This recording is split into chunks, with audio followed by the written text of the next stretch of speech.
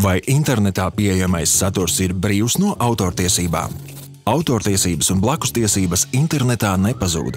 Vienalga vai klausies mūziku straumēšanas platformās, lejupielādē e-grāmatu vai aplūko digitālu mākslas izstādi, tas ir uzskatāms par autoru darbu izmantojumu, un par to attiecīgi ir jāvienojas ar tiesību īpašnieku.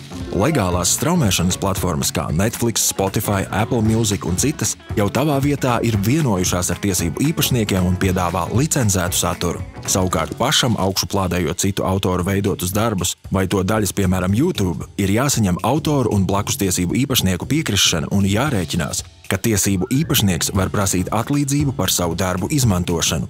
Vienkārši sakot, internets un plašā satura pieejamība nenozīmē, ka autori un blakustiesību īpašnieki tiek izstumti no spēles. Un atceries, ar autortiesībām un blakustiesībām aizsargātu darbu nelikumīga izmantošana ir likuma pārkāpums. Uzzini vairāk, ieskatoties vietnē autorskola.lv, vietā, kur atradīsi visu par un ap intelektuālo īpašumu.